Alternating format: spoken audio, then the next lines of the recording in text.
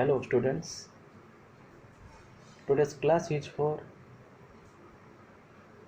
BBA second year student and we will discuss my subject called BEBL.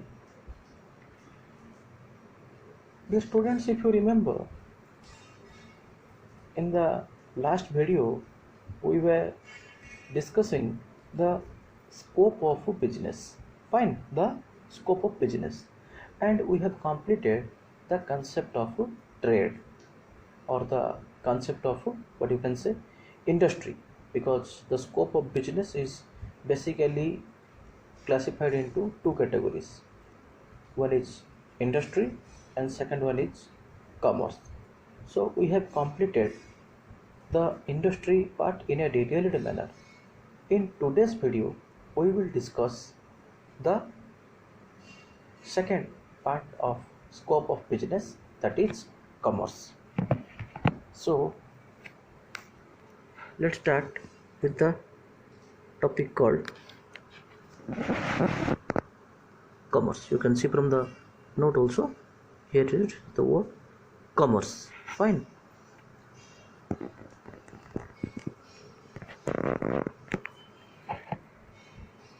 Now, before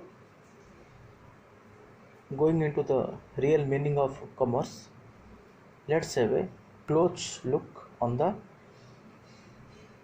basic concept of commerce. Dear students, commerce is basically classified into two different parts.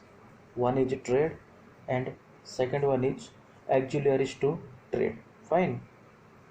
So first is trade, second is auxiliaries to trade. Trade again are of two different types. One is domestic trade and second is foreign trade. Domestic trade again broadly be classified into two different categories, that is wholesale trade and retail trade. Wholesale trade again are of three different types, that is import trade, second one is export trade, and third one is interport trade.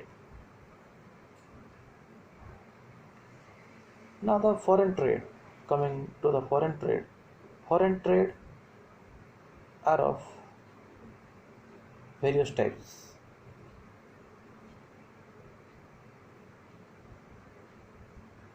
We can also say that it's interport trade.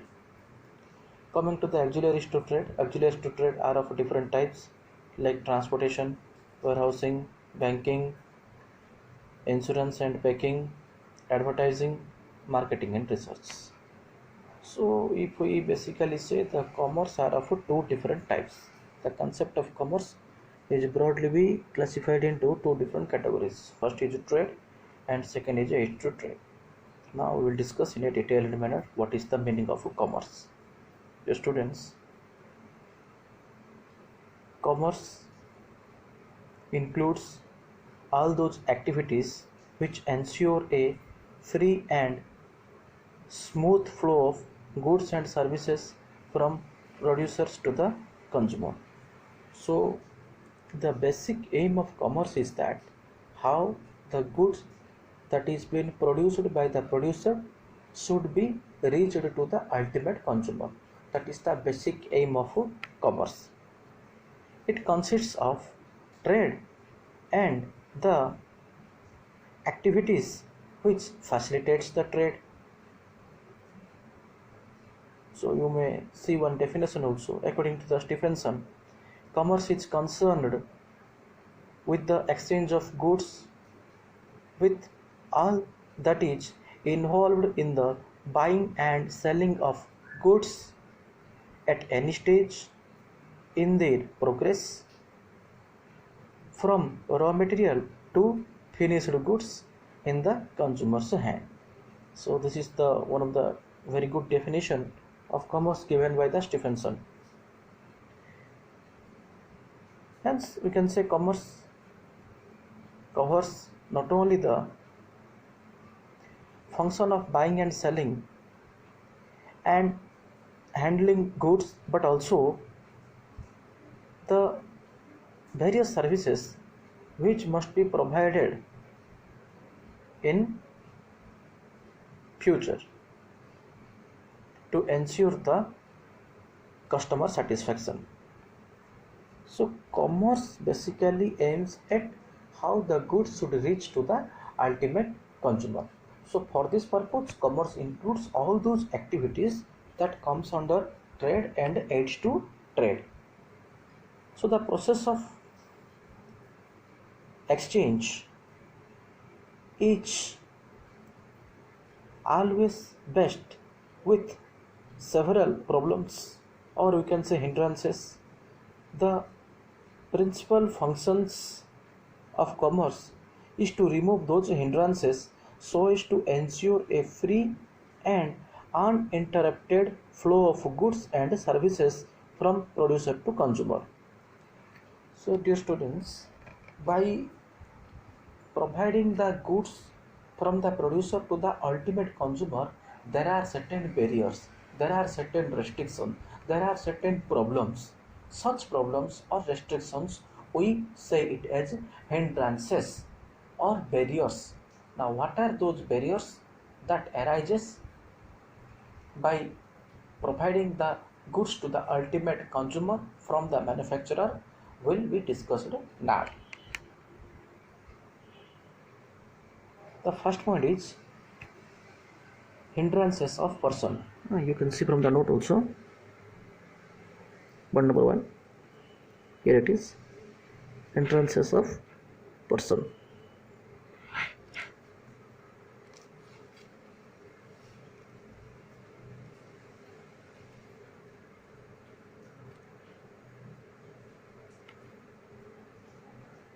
There it is on the note.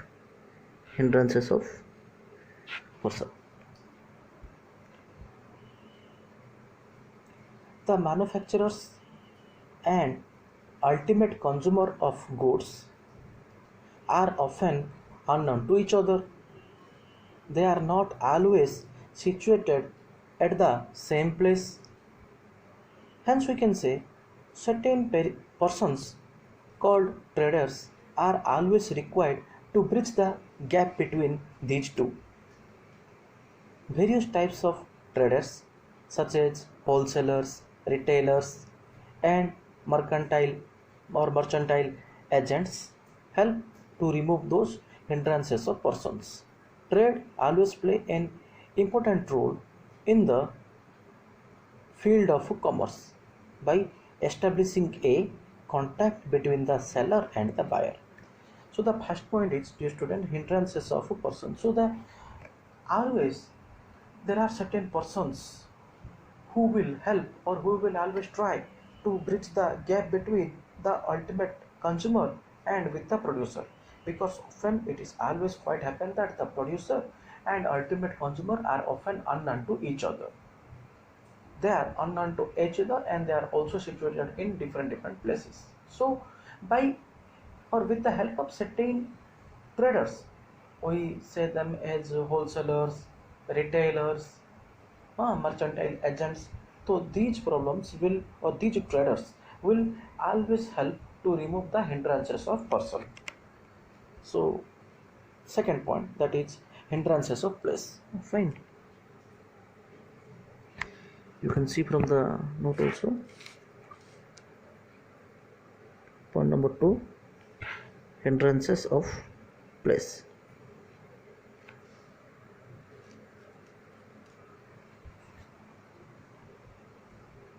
Very often goods are produced at such a place which is far away from the point of consumption. So it is quite happen that the goods are generally being produced far away from the place of actual consumption.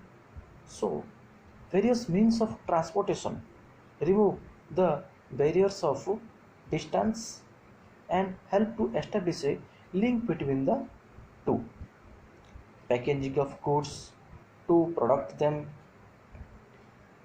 from damage and pilferage in the course of transit also helps to remove the hindrances of place and thereby create a place utility.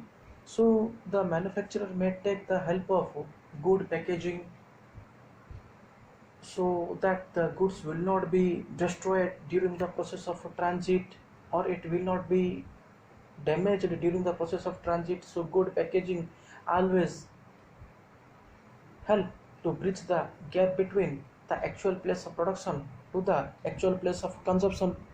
So commerce always takes the help of various transportation means like you can say train or rail transport, road transport.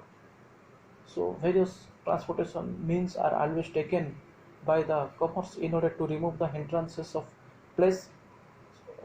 Another thing, manufacturers may also take the help of good packaging so that the goods will not be destroyed during the process of transit. So in this way, commerce avoid the hindrances or the barrier of place and always create place utility.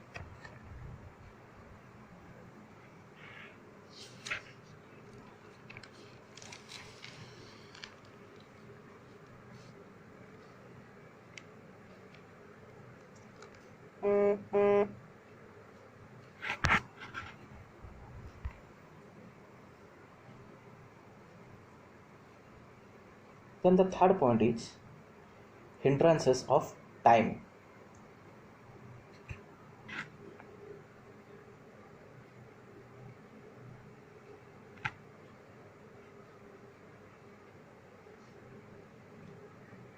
Hindrances of time, you can see from my note also.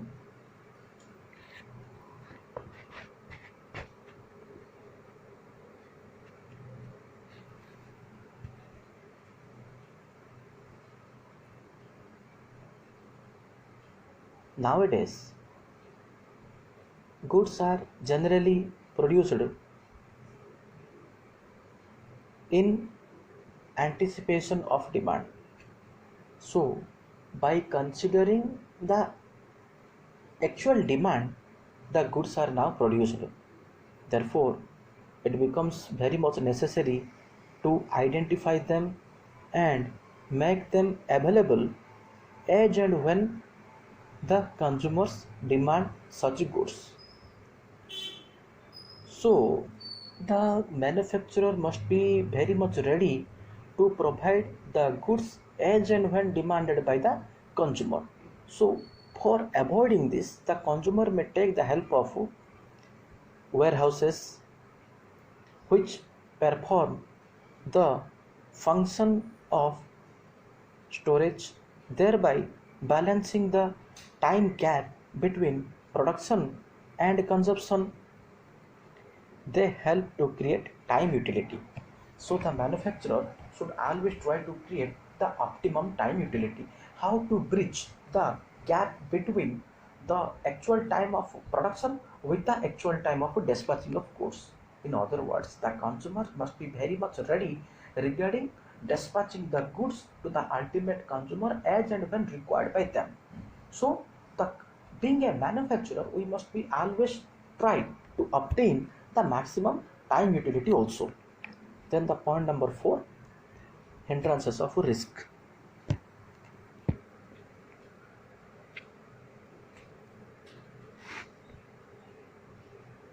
You can see from the note also, hindrances of risk.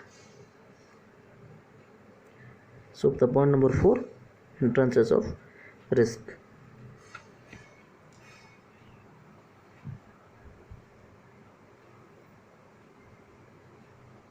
During transportation and storage, the goods are subject to various types of risk.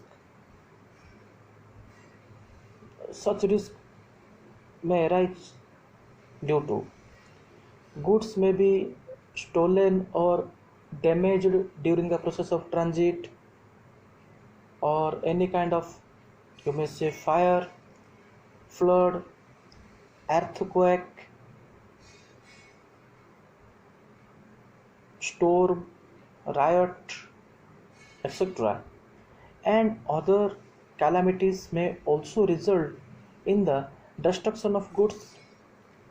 So, the being a manufacturer, we must always be capable enough to avoid the hindrances of the risk, because various types of risk are always surrounded with the business, like fire, flood, earthquake, riot, nowadays lockdown. So,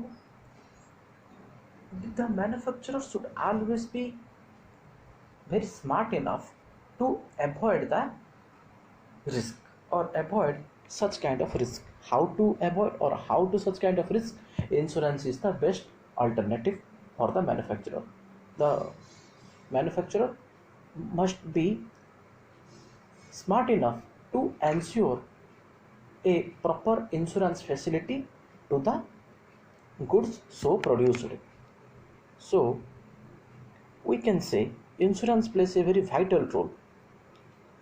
Insurance plays a very vital role because only the insurance which remove these hindrances of risk by covering the risk of loss or damage to the goods. So we must always try for, being a manufacturer, we must always try for making the insurance to the goods so that we will be always can avoid such kind of risk. Then the next point is hindrances of exchange.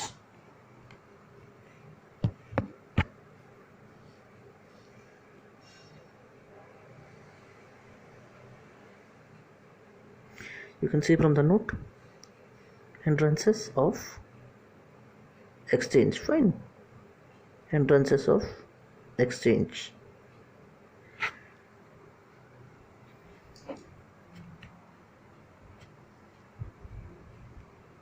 Exchange or sale of goods requires safe and economical arrangement for the payment of a price.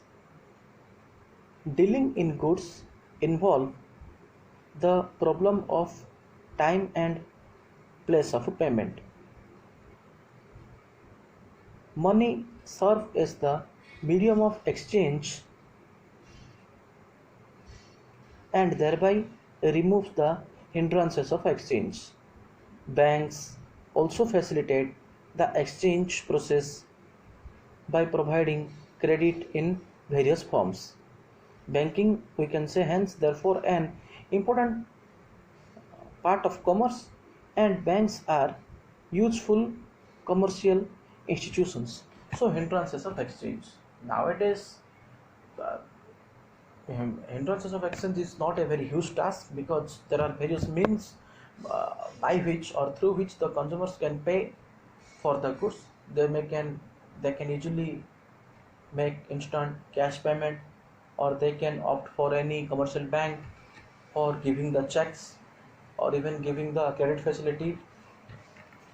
Or nowadays various online modes is also available because we can easily transfer our account or our required fund from one account to another account very easily.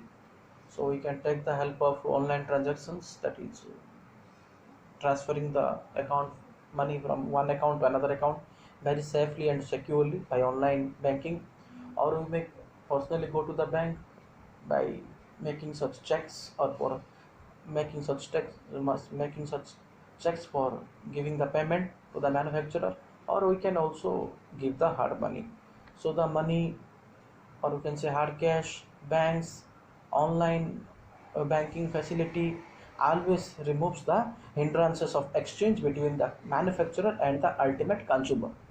So there are various means nowadays through which the hindrances of exchange of goods can easily be avoided.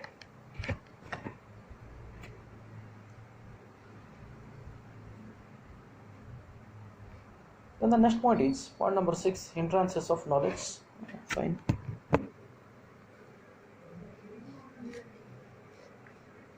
You can see from the note, point number 6, hindrances of knowledge. Fine. Hindrances of knowledge.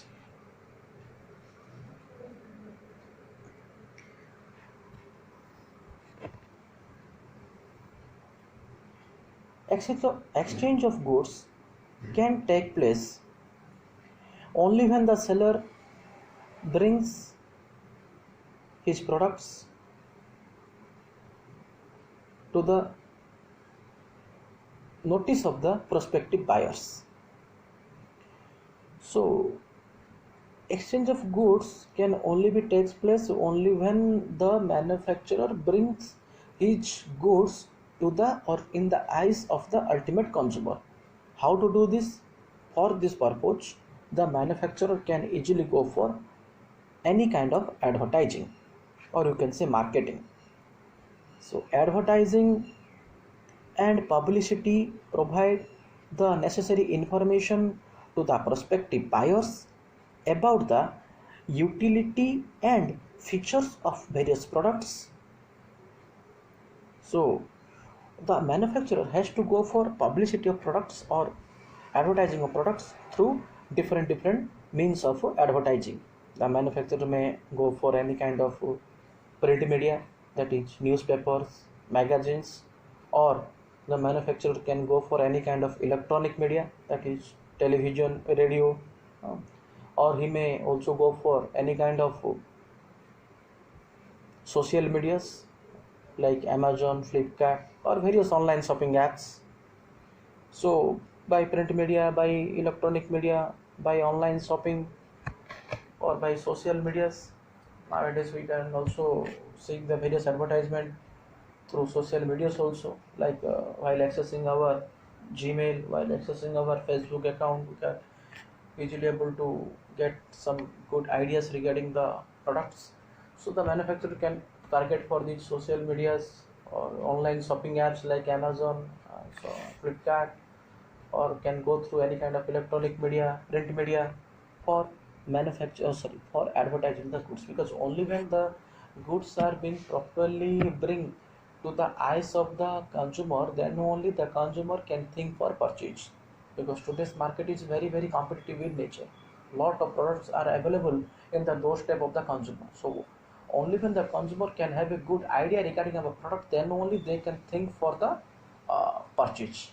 So being a manufacturer, we always try for proper advertising.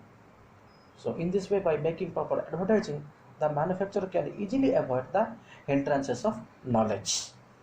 So these are the various hindrances or barriers of commerce, and with the help of various means, commerce always try to avoid such kind of barriers and brings the goods that is being manufactured by the manufacturer to the ultimate consumer. So the basic objective of commerce is that how the goods should reach to the ultimate consumer from the producer or from the manufacturer. So this is all about commerce, and that is trade. We are discussing the trade part.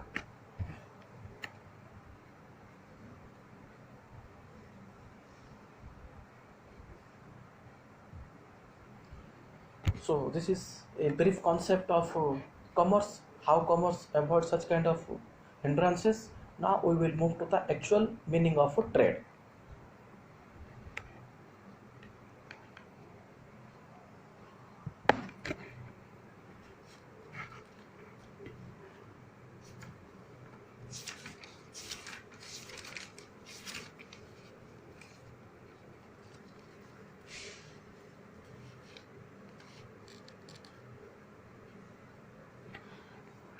Students, you can see from the note also, there it is, trade.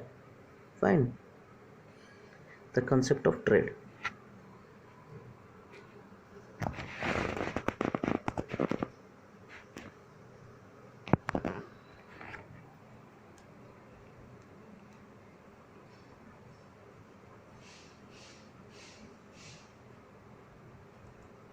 So what is trade?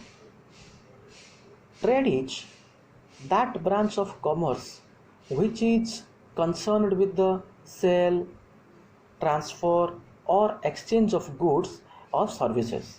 Remember what is trade? Trade is that particular branch of commerce which is always concerned with the process of sale, transfer, or exchange of goods or services also. It involves the buying and selling of goods and services. Trade is the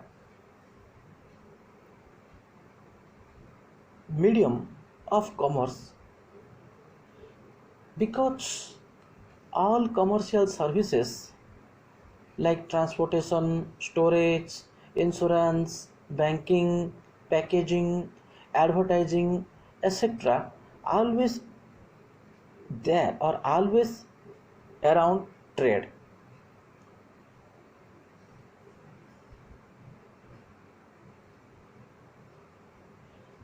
The basic meaning of commerce is built upon the formation of a trade. So if we see the various classification of trade are the following types. Number one is internal or home trade.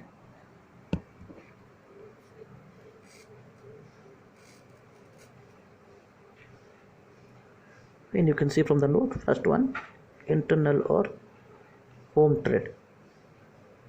There it is, point number one.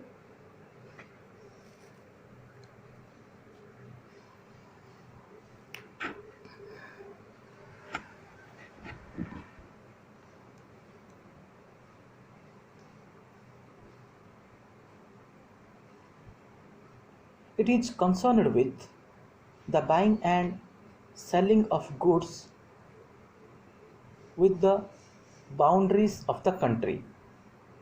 Payment for the goods sold is made in national currency, either in cash or through banking system. Such trade is also known as domestic trade or inland, inland trade. So what is internal or home trade? Internal trade or home trade arises within the boundaries of one particular country. So all those transactions, that is buying and selling of goods, which takes place within the country like India, is called the internal or home trade for India. Since the exchange of goods takes place within the country, hence the payment of goods also made in the home currency or national currency, either in cash or through various kinds of banking system. So internal or home trade is also known as, we can say, the domestic trade or inland trade. So the internal or home trade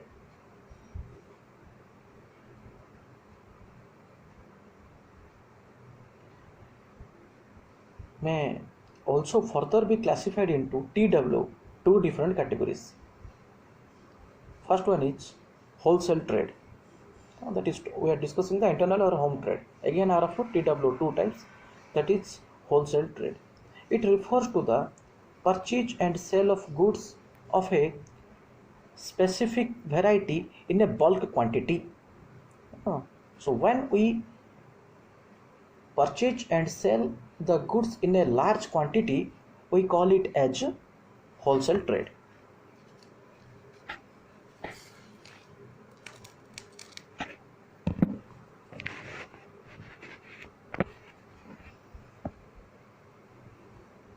A wholesaler buys goods in large quantities directly from the manufacturers and sells them in comparatively small quantities to the retailers. Wholesale trade constitute the link between the producer and the retailer. So this is all about wholesale trade. Then most of the second part, that is retail trade. Retail trade involves the sale of goods to the ultimate consumer. A retailer buys goods from the wholesaler or manufacturers in certain cases and sells them to the final consumer. He serves as the link between the wholesaler and the ultimate consumer. So he also acts a proper role in the chain of distribution system. So this is all about wholesale trade and retail trade. In retail trade, what does it mean? Retail trade means when the retailer buys the goods from the wholesaler, or in certain cases directly from the manufacturer, and sell it to the ultimate consumer. We call it as retail trade. Then comes the second part, that is international or foreign trade.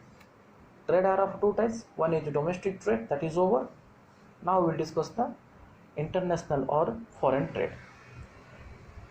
This kind of trade consists of exchange of goods and services between persons or organizations operating in TW, two or more countries. International trade involves the use of foreign currency, which is also known as foreign exchange, and international means of transport. International trade is also having certain further classifications like import trade, export trade, and interport trade. First one is import trade. So what is international trade? International trade means when the goods or when the buying and selling of goods takes place between TW, two different countries, we call it as international trade. In the case of international trade, the payment is made in foreign currency, or we popularly call it through foreign exchange. These are of three different sub-classifications also. The first one is import trade. It involves purchase of goods from foreign countries for use in the domestic market. So take the example of India. So when India purchases any kind of goods from the foreign countries for consumption in India, we call it as IMPORT, import trade. Now the second part is export trade. It is just the opposite of import trade. It is concerned with the sale of domestic goods to the foreign buyers or in foreign market. So when India sells the goods to the foreign countries or foreign buyers, we call it export takes place, or we can say export of goods takes place. So when the domestic goods are sold to the foreign buyers or foreign market, we call it as export trade. Then the third category is interport trade. Interport or re-export trade, we also call it as re-export trade, involves the import of foreign goods with a view to re-export them. We can say, for example, India may buy wheat from Australia to supply the same to Bangladesh. So that is called interport trade. When one country buys the goods from another country with a view to sell to the foreign countries, with a view to again sell them to the foreign countries, that is called interport trade. The best example is India may produce wheat from Australia with a view to again resell them to Bangladesh. So it is the case of interport trade. So these are the sub classifications of international trade. So with this we have completed the concept of commerce and also the concept of trade. In the next video we will discuss the auxiliaries to trade, and after that our main topic scope of business will be completed. That's it for today's class. Thank you, students.